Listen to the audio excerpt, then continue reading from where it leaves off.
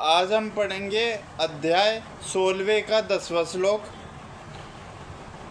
इसलिए हे भारतवासियों में श्रेष्ठ अर्जुन, प्रारंभ में ही इंद्रियों को वश में करके इस पाप के महान प्रतीक काम का दमन करो और ज्ञान तथा आत्म साक्षात्कार के इस विनाशकर्ता का वध करो। भगवान ने अर्जुन को प्रारंभ से ही इंद्रिय संयम करने का उपदेश दिया, जिससे वह सबसे पापी शत्रु काम का दमन कर सके, जो आत्म साक्षात्कार तथा आत्मज्ञान को उत्सुकता को विनिष्ट करने वाला है। ज्ञान का अर्थ है आत्म तथा अनात्म के भेद का बोध। अनार्थ यह ज्ञान के आत्मा शरीर है नहीं है। विज्ञान से आत्मा की स्वाभाविक स्थिति तथा परमात्मा के साथ उसके स्वस्थ का विशिष्ट ज्ञान सूचित होता है। आत्मा तथा परमात्मा का ज्ञान अत्यंत एवं रहस्यमय है,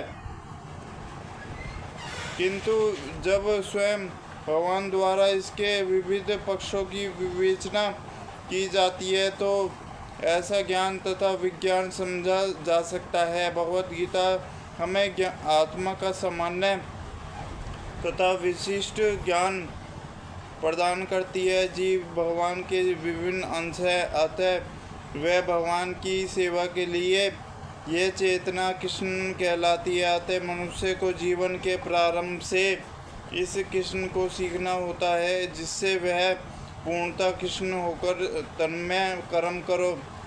काम ईश्वर प्रेम का विकृत प्रतिबिंब है और प्रत्येक जीव के लिए स्वाभाविक है, किंतु किसी को प्रारंभ से ही कृष्ण की शिक्षा दी जाए तो प्राकृतिक ईश्वर इस प्रेम काम के रूप में विकृत नहीं हो सकता।